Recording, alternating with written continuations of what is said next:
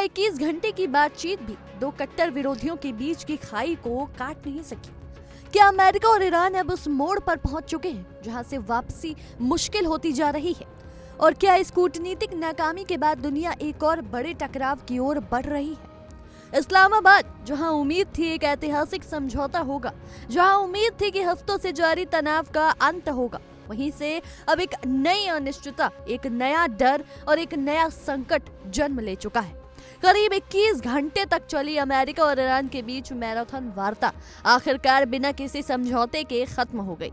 सोचिए, 21 घंटे लगातार बातचीत, कई राउंड, कई प्रस्ताव, कई बार उम्मीद जगी और हर बार कुछ ऐसा हुआ कि बात बनते बनते रह गई। ये सिर्फ एक डिप्लोमेटिक फेलियर नहीं है, ये इस बात का संकेत है कि दोनों देशों के बीच मतभेद कितने गहरे हैं और क्यों कोई साझा रास्ता निकालना इतना मुश्किल होता जा रहा है। बातचीत खत्म होने के बाद अमेरिका के उपराष्ट्रपति जेडी वेंस ने साफ कहा कि समझौता न होने की सबसे बड़ी वजह ईरान का अमेरिकी शर्तों को न मानना।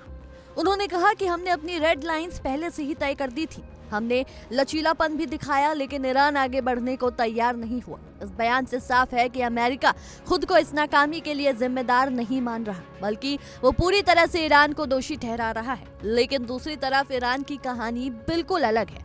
ईरान के विदेश मंत्रालय के प्रवक्ता इस्माइल बकाई ने कहा कि बातचीत बेहद गंभीर और गहन थी।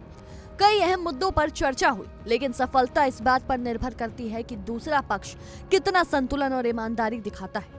उन्होंने अमेरिका पर सीधा आरोप लगाया कि उसने अत्यधिक और गैर कानूनी मांगे रखी, जिनके साथ किसी भी तरह का समझौता संभव नहीं था।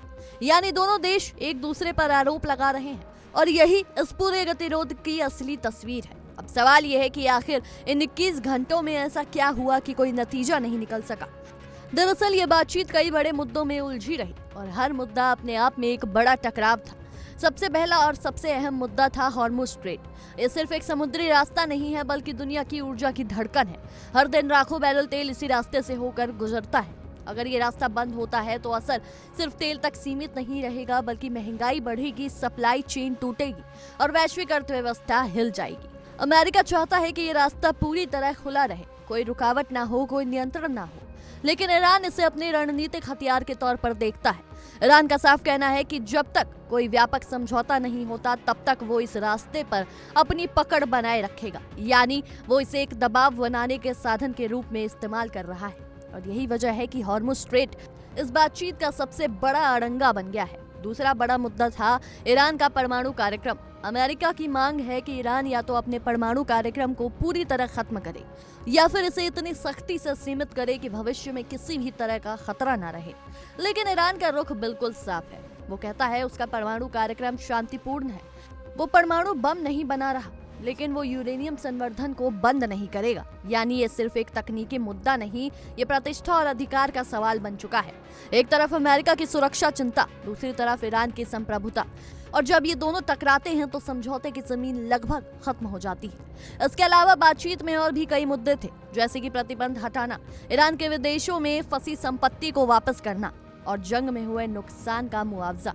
ईरान चाहता है कि उसे आर्थिक राहत मिले, उस पर लगे प्रतिबंध खत्म हो और उसे वैश्विक बाजार में फिर से सामान्य रूप से शामिल होने का मौका मिले। लेकिन अमेरिका इन सभी मांगों को अपनी शर्तों से जोड़कर देख रहा है, यानी हर रियायत के बदले एक बड़ी शर्त। और यही वो बिंदु था जहां से बातचीत बार बार अटकती रही। अब जरा इस पूरे घटनाक्रम के बीच अमेरिका के राष्ट्रपति डोनाल्ड ट्रंप के बयान को समझिए। उन्होंने कहा, डील हो या ना हो, अमेरिका को कोई फर्क नहीं पड़ता, हर हाल में वो जीतेंगे। ये बयान सिर्फ आत्मविश्वास नहीं, ये एक रणनीतिक संदेश है। अमेरिका ये दिखाना चाहता है कि वो दबाव में नहीं आएगा और अगर जरूरत पड़ी तो बिना समझौते के भी आगे बढ़ेगा। लेकिन यही रुख स्थिति को और ज्यादा खतरनाक बना देता है, क्योंकि जब एक पक्ष खुद को पहले ही विजेता घोषित कर दे और दूसरा पक्ष अपनी शर्तों से पीछे हटने को तैयार ना हो, तो टकराव की संभावना कई गुना बढ़ जाती है। रिपोर्ट्स के मुताबिक ईरान ने साफ कहा कि उसे कोई जल्दबाजी नहीं है। अगर अमेरिका वास्तविक नजरिया नहीं अपनाता तो हॉर्मुज़ स्ट्रेट की स्थिति वैसी ही रह सकती है। यानी एक तरह से ये चेतावनी है कि अगर समझौता नहीं हुआ तो स्थिति और बिगड़ सकती है। हालांकि बातचीत विफल रही, लेकिन पूरी तरह खत्म नहीं हुई। अमेरिका ने एक अंतिम प्रस्ताव दिया और अब नजर डालते हैं इस बात पर कि ईरान ने उस पर क्या फैसला लिया। यानी कूटनीति का दरवाजा अभी भी खुला है, लेकिन बहुत ही संकीर्ण। इस पूरे घटनाक्रम में पाकिस्तान की भूमिका भी काफी अहम बताई जा रही है। इस्लामाबाद में इस वार्ता का आयोजन दोनों देशों को एक मंच पर लाना, ये अपने आप में एक बड़ी कूटनीतिक कोशिश थी। पाकिस्तान के प्रधानमंत्री शहबाज शरीफ और सेना प्रमुख ने इस बातचीत को सफल बनाने की पूरी कोशिश की। अमेरिकी उपराष्ट्रपति जेडी वेंस ने भी पाकिस्तान की तारीफ करते हुए कहा कि समझौता न होने की वजह पाकिस्तान नहीं, उन्होंने शानदार काम किया, लेकिन इसके बावजूद नतीजा शून्य रहा। और यही इस बात का सबसे बड़ा सबूत है कि समस्या जगह की नहीं बल्कि मुद्दों की जटिलता की है। अब सबसे बड़ा सवाल यही है कि आखिर आगे क्या होगा। क्या दोनों देश अपने अपने रुख में थोड़ी नरमी लाएंगे? क्या बातचीत का एक और दौर शुरू होगा, या फिर ये तनाव धीरे धीरे एक बड़े युद्ध में बदल जाएगा? फिलहाल दो रास्ते साफ नजर आते हैं। पहला कूटनीति का रास्ता, जहां दोनों देश कुछ समझौता करें, कुछ शर्तों में ढील दें और एक नई डील की तरफ बढ़े। दूसरा टकराव का रास्ता, जहां हॉर्मुज़ स्ट्रेट को लेकर तनाव और बढ़े, जहां छोटे छोटे सैन्य कदम बड़े संघर्ष में बदल जाए और जहां एक चिंगारी पूरे क्षेत्र को आग में झोंक दे। और अगर ऐसा होता है तो इसका असर सिर्फ अमेरिका और ईरान तक सीमित नहीं रहेगा। और यही वजह है कि इस बार की स्थिति को हल्के में नहीं लिया जा सकता। इस्लामाबाद की ये वार्ता उम्मीदों के साथ शुरू हुई थी, लेकिन नतीजा निराशाजनक रहा। फिर भी उम्मीद पूरी तरह खत्म नहीं हुई।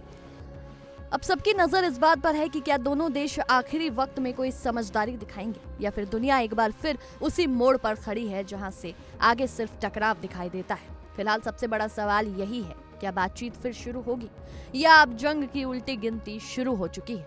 फिलहाल के लिए इस रिपोर्ट में इतना ही। आपकी इस विषय में क्या कुछ राय है, हमें कमेंट्स में जरूर साझा करें। और देश दुनिया की ऐसी ही तमाम खबरों के लिए देखते रहिए इंडिया डेली। देखिए इंडिया डेली 24/7 अब आपके स्मार्ट टीवी पर। इंडिया डेली मौजूद है सभी डिजिटल प्लेटफॉर्म पर लाइव और लगातार। इंडिया डेली 24/7 हर दिन राष्ट्र को समर्पित।